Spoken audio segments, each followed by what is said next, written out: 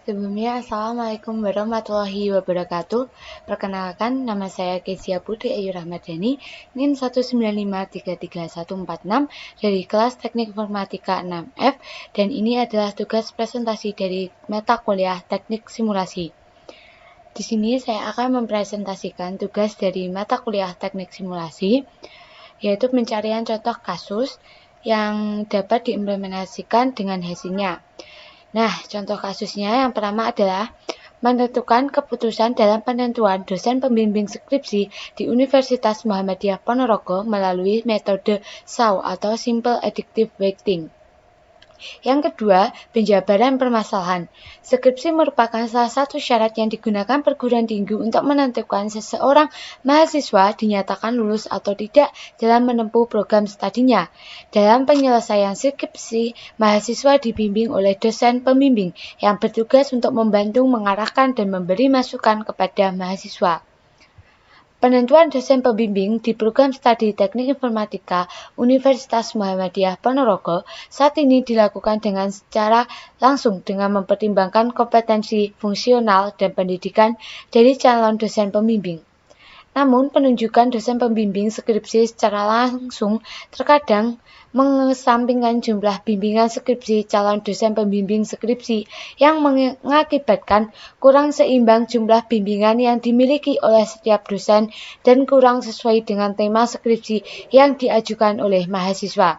Maka dibutuhkan suatu sistem pendukung keputusan yang berguna menentukan dosen pembimbing skripsi, agar skripsi yang diajukan oleh mahasiswa sesuai dengan kompetensi calon dosen pembimbing skripsi, dan dosen yang dipilih tidak terlalu banyak jumlah bimbingannya. Di samping itu, proses penentuan dosen pembimbing skripsi dapat dilakukan dengan mudah. Faktor-faktor yang digunakan untuk penentuan dosen pembimbing skripsi yaitu pendidikan dosen, pangkat atau fungsional dosen, kompetensi atau bidang keahlian dosen, dan jumlah bimbingan skripsi yang masih aktif. Dengan sistem pendukung keputusan, penentuan dosen pembimbing skripsi diharapkan dapat membantu program studi untuk menentukan dosen pembimbing skripsi. Dalam pengembangannya, metode Simple Additive Weighting akan digunakan untuk menyelesaikan masalah penentuan dosen pembimbing skripsi. Nah, yang ketiga adalah pemodelan konseptual.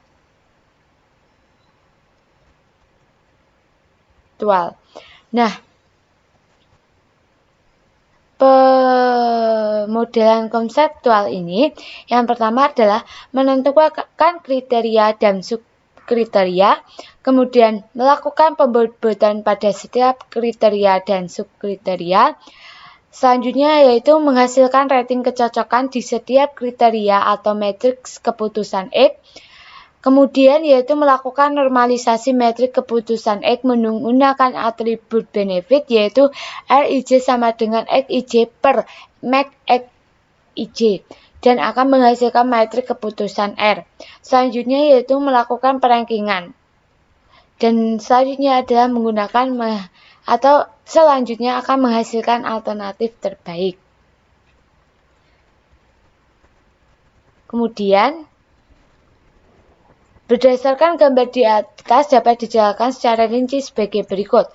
Pada penelitian ini terdapat 4 kriteria dan subkriteria yang menjadi acuan penentu dosen pembimbing skripsi, yaitu pendidikan, fungsional dosen, kompetensi atau bidang keahlian dosen, dan kuota bimbingan skripsi. Yang kedua, pada tahap ini kriteria dan subkriteria yang telah ditentukan sebelumnya diberi bobot. Selanjutnya, metrik keputusan X dihasilkan dari data dosen calon pembimbing skripsi berdasarkan kriteria yang ada.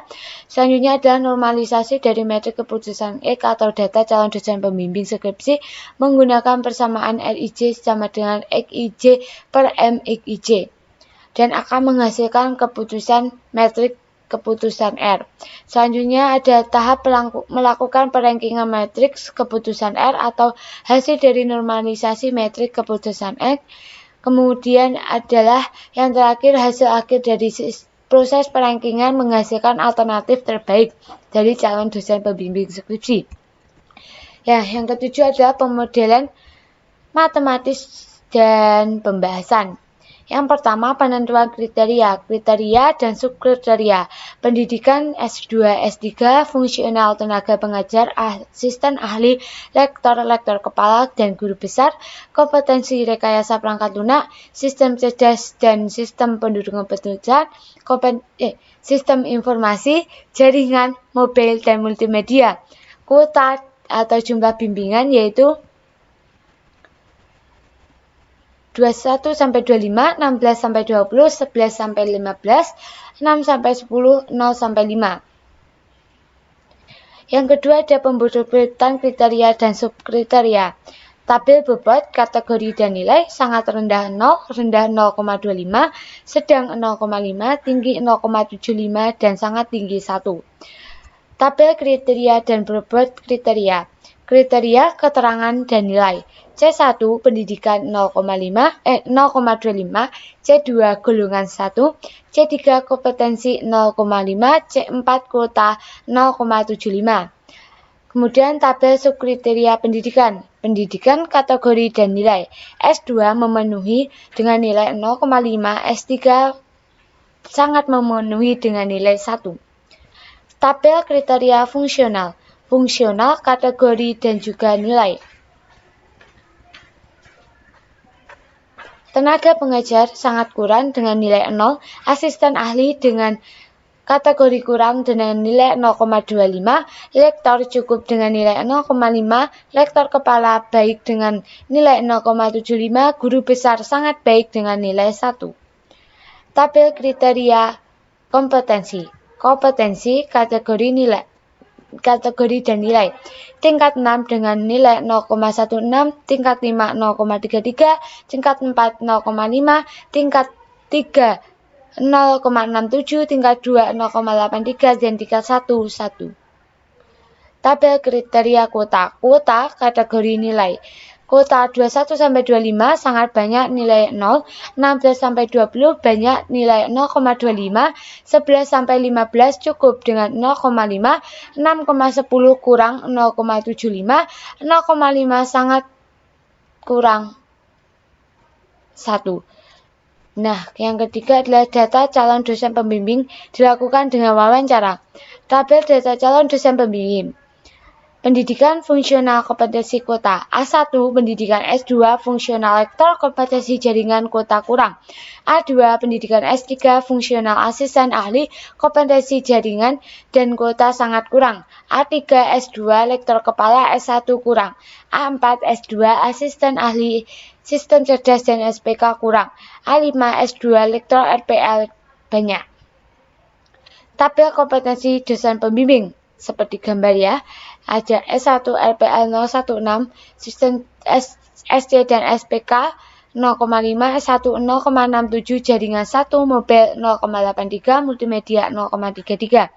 A2 0,83, 0,16, 033, 1 0,67, 0,5. Sesuai gambar tabel di sini dan sudah jelas bahwa ada RPL, SC, SPK, SI, jaringan, mobil, dan multimedia sesuai dengan kompetensi yang sudah saya buat.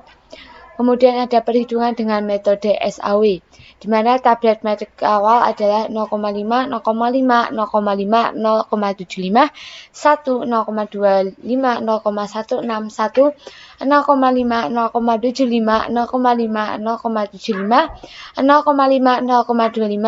0,75, 0,5, 0,5, 0,83, dan 0,5. Dengan normalisasi menggunakan atribut benefit, maka nilai tertinggi kriteria C1 sama dengan 1, nilai tertinggi kriteria C2 sama dengan 0,75, nilai tertinggi kriteria C3 sama dengan 1, dan nilai tertinggi C4 sama dengan 1. Maka normalisasi kriteria pendidikan C1 dengan rumus tersebut yaitu menghasilkan 0,5, kemudian 1, 0,5, 0,5, dan 0,5. Selanjutnya normalisasi kriteria fungsional atau C2 yaitu 0,67, 0,33, 1, 0,33, dan 0,67. normalisasi kriteria kompetensi C3 yaitu 0,5, 01605, 1083, 075, 0,83. Normalisasi kriteria kuota C4 dapat dilihat seperti tabel 0,75, 1, 0,75, 0,75, dan 0,5. Berdasarkan dari hasil normalisasi matriks X, maka menghasilkan matriks R seperti ini. Seperti gambar, sudah jelas. Nah, selanjutnya atau terakhir adalah perankingan. Setelah ada hasil matriks R, maka lanjut ke persamaan 2, yaitu bobot preferensi W yang digunakan W sama dengan 0,5, 25, 1, 0,5, dan 0,75. Berikut prosesnya. Nah, VA1 yaitu 1,61, VA2 yaitu 1,41, VA3 yaitu 9,94, VA4 yaitu 9,52, dan VA5 yaitu 1,6. Berdasarkan hasil perhitungan dan didapatkan hasil perankingan sebagai berikut. Alternatif A3 hasilnya 1,94, A1 hasilnya 161, A5 1,6, A4 1,52, dan A2 1,41. Dan hasil rankingnya, maka hasil ranking tertinggi dengan nilai A3 yaitu 1,94, nilai pendidikan 0,13, fungsional 1, kompetensi 0,25, dan kuota 0,56. Nah, demikian yang dapat saya sampaikan. Apabila ada salah kata, saya mohon maaf yang sebesar-besarnya.